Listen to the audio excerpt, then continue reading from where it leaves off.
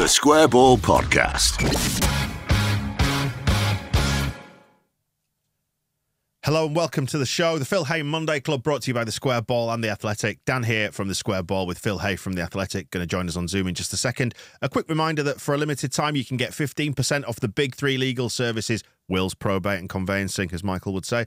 levisolicitors.co.uk/Monday Club or quote Monday Club.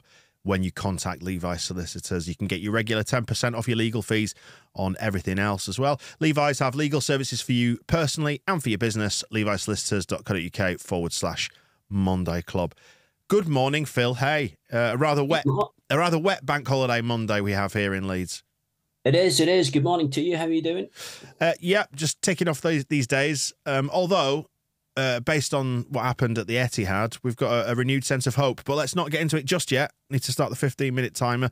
That's obviously the exciting aspect of all this, isn't it? So we will dissect the weekend's events in 15 minutes, starting now. It was going to be a minute for every goal conceded at the Etihad, wasn't it? But instead it can be just about a minute for every percentage point of possession that Leeds had. City are a phenomenally good team, and I think that has to be said first. How have they done it, Phil? Just how have they done it? It's incredible, isn't it? Yeah, from nowhere, proper rags to riches. Yeah, in the truest sense. We were speaking to Allardyce afterwards, and I asked him, was this? He wouldn't have said this beforehand, but was this always a kind of 3-game salvage job rather than 4? And he said, well, I can say that now. And in effect, yes, because as he said, and I agreed, they are as good a team as there's ever been in this country. I think they would beat any team from any era going back to the year dot. There are teams from other eras that would beat them too, but they're almost untouchable. And so much of that game on Saturday was like an open training session.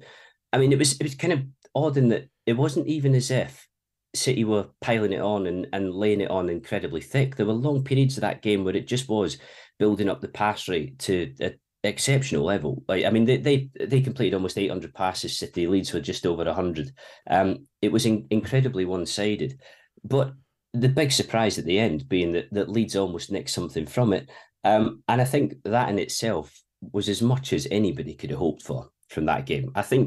I do think it's probably fair to say in these circumstances, and this is why Leeds made the change, that had that been Leeds with Gracia in the frame of mind they were clearly in at the end of the Bournemouth game, it would have been far worse on Saturday. I think Leeds were lucky that it wasn't far worse anyway. There was the missed penalty, there was the shot off the post, there were other big chances. But at the same time, I guess it does give Allardyce something to cling to, and it does give him a means and a way of saying to the players this week, look, you're still very much in this. You are. And, perhaps it's not all gone. The fact that goal difference didn't take a hammering can be one of the good things that we take from this, I presume. Yeah, I was asking our data guys to have a good look at this, but how many times it's actually happened that teams have gone down on goal difference or have won the title on goal difference or have gotten to the top 4 on goal difference? Because I suspect not many statistically over the years, and I'm as guilty as anybody else of talking about goal difference and as the season goes on and kind of keeping an eye on it. It's very rarely an actual factor, although I guess it does start to play on your mind. But I think it's probably more just the psychological impact of having gone there and got thrashed, I think would have made everybody ask, is this going to make any difference? Has anything changed? Is it going to be any better? I have to say, I think we will probably, the way we reflect on the City game will probably depend on what happens over the next 3 games. I think if Allardyce finds a way to keep them up, finds a way to get results, he'll probably look at City and say it was a little bit of a staging point for what he was trying to do. I think if Leeds go down, if they don't get results and if it doesn't work for them, we'll probably look back at the City game and reflect on the fact that they hardly touched the ball. We discussed this, didn't we, on WhatsApp over the weekend? And I said it feels like we've taken the gearbox from being jammed in reverse to at least it's put us back into neutral now, and we soon decide which way we go from here. It's a good way of putting it, and I don't think there was anybody out there who thought it was the wrong decision to, have another go with another head coach, even though it's ridiculously late in the season. And the odds of getting it right with a change at this point are probably extremely low. But it did make sense that everything was wrong at Bournemouth. Gracia's body language, the body language of the players at full time, what Radrizzani was saying. I think had it been a day like that at Dean Court, and then we just ploughed into this week without any changes at all, it would have looked like the white flag. You know, it would have looked as if Leeds were saying, "Well, what can we do?" You know, the die's cast. It's going to happen, and at least by doing this, and at least by going with Allardyce, it looks as if there is still a little bit of fight there. They're still in huge amounts of trouble. They are, and they need today to go well with the results. I think that's the big thing. It feels to me, you know, we've been chatting about points we might need, what it might take to stay up. And every now and again, you have it in your head that even a couple of draws from these games that are left might just scrape it. But I feel deep down like Leeds are going to have to win somewhere. They're going to have to win one of these games. And I have a feeling that today's results might crystallise that feeling as well. Yeah, hopefully it won't take too much, because there are a lot of bad sides down there, including us. To some of the details of the game itself then, Phil, never a penalty, that was it? I thought it probably was. Really? Yeah, I thought it probably was. Yeah, it's not the most blatant one you've ever seen, but I think would you want that at the other end of the pitch when it's 2-1 and it's injury time? That's not a penalty. It's not a penalty. It's become really difficult, isn't it? I had this incident. I was watching Hearts Celtic yesterday, red card, and the interpretation of so much of this stuff is becoming difficult to fathom, really, and it really has come down now to a case of whatever is decided on the day, you just have to suck up. I mean, I don't think we can pretend that Strike got the ball, and he did get some of Foden. I don't know where Foden was going with that particularly, but it was strange, wasn't it? Because I don't, at the time when it was given, there was very little protest, because I don't think anybody thought it was in any way significant. You know, obviously it was going to turn 2-0 into 3-0 if City score that, but I think everybody felt the game was done anyway, because there was nothing coming back from Leeds, nothing significant, and City were dictating it. But it was a big moment, that, and it didn't half rattle them in the 5, 6, 7 minutes that were left. And I think what you started to realise there suddenly was that they are in a title race. It is still fairly tight. It's not decided. And, you know, again, psychologically, you can play on City a little bit. You know, you can do. But Leeds didn't do that enough, I don't think, on Saturday. I never expected them to get anything. It wasn't fair to expect them to get anything. But I think, as Allardyce said, particularly in the first half, City were not made to think at all at any stage.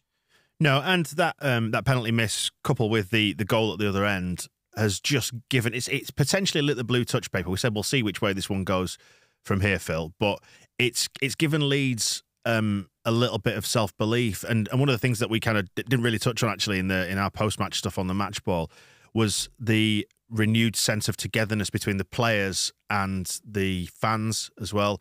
There was a good togetherness there, wasn't there, at the end, when the fans gave him a round of applause, which you contrast that with what happened at Bournemouth, and you can see that there is still something there left to fight for.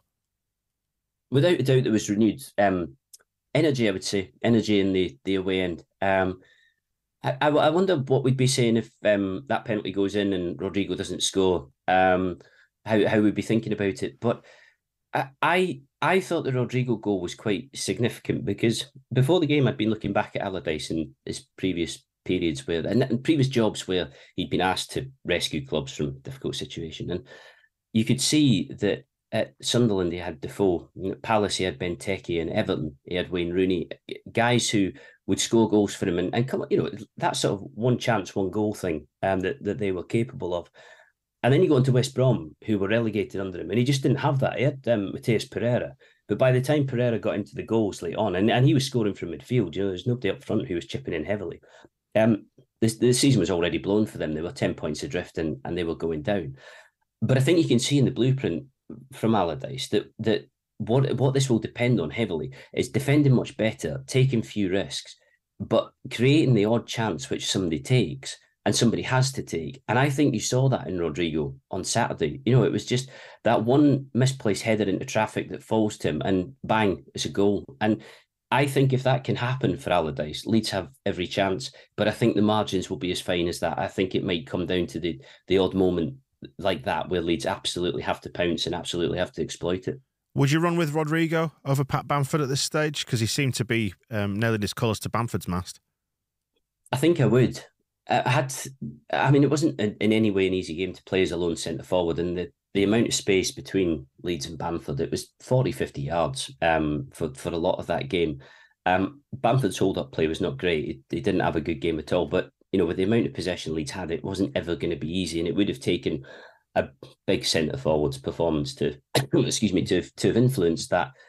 I think, were Bamford playing well and were he looking good, then I would understand in this system where you are going to be more defensive and where you are going to take fewer risks. I'd understand the logic of having, I guess, your most natural or archetypal number 9 in the team. But the fact is, Rodrigo scoring the goals this season, he's miles above his XG, or at least, he's impressively above his XG. It's kind of 1 goal from every 2 shots on target. And that was shown, I think, in the closing minutes on Saturday, the fact that fell for him and instantly it was in the back of the net. And I don't think Allardyce will be able to afford much in the way of missed chances over the 3 games that are left. They're going to have to be clinical. And more, I just feel like that position speaks for itself, really, doesn't it? If you cut through the numbers and you look at the performances this season, it seems to me pretty obvious who needs to be playing there. Did we learn much from this game at the weekend? Or was it just a case of just chalking it off?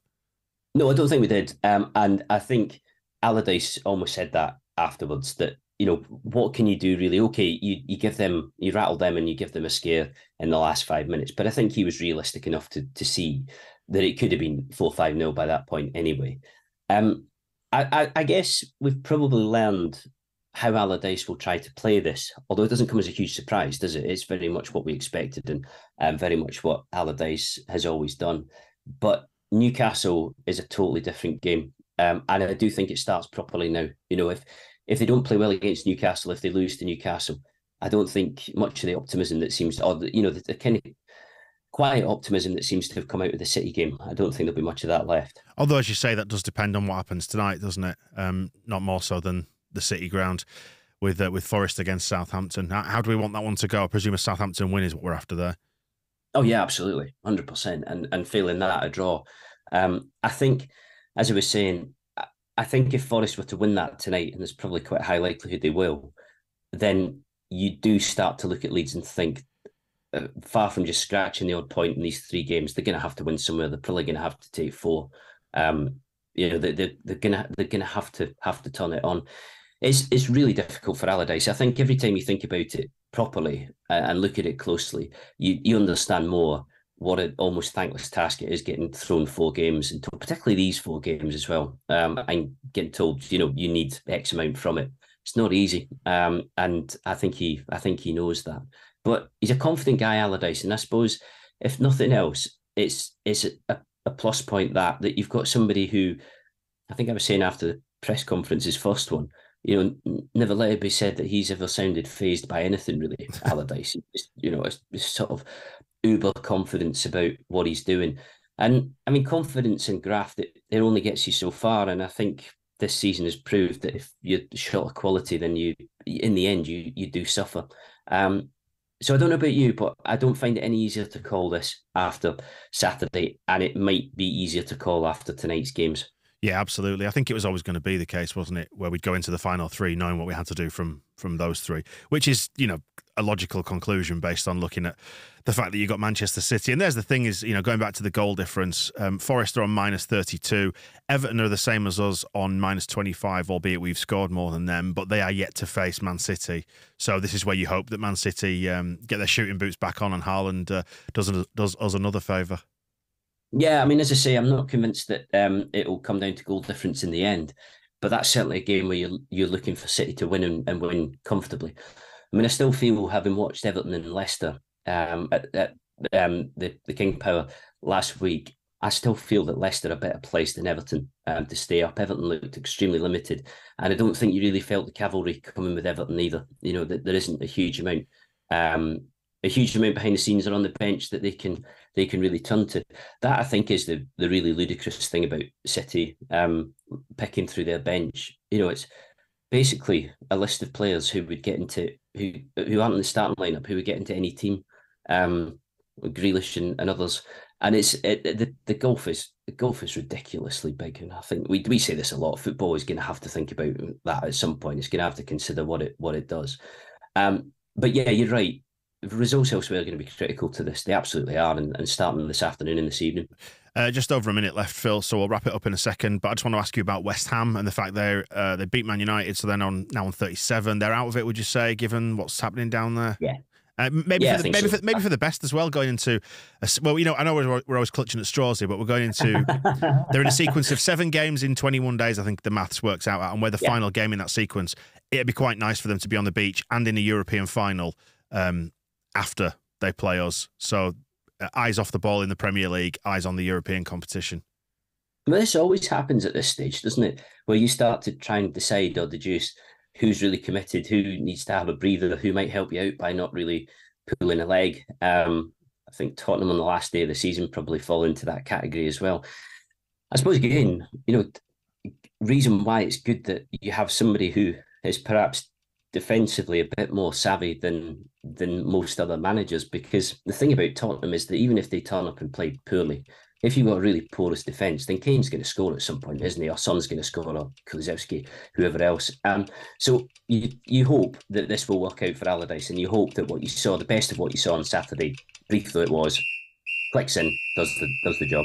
There you go. Right on the whistle, Phil. Does it count if I finish before the whistle? I think it's right on cue, isn't it? If you finish before the whistle, we'll give you a couple of seconds leeway. Anyway, we'll give you a couple of seconds. You'd almost think you were conducting me from the studio. Got you on strings, as they say, on strings. Phil, thank you for that.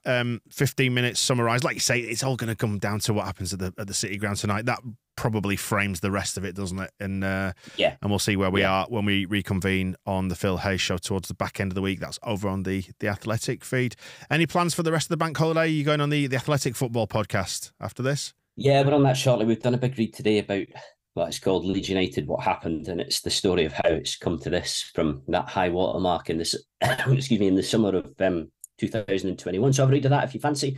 And yes, I will be on the Athletics podcast discussing all of this in a bit more depth as well. Right, we'll look out for you over on that, Phil. You and I will return towards the back end of the week on the Phil Hayes Show. Enjoy the rest of your week. We'll see you soon. Catch you soon. The Square Ball Podcast.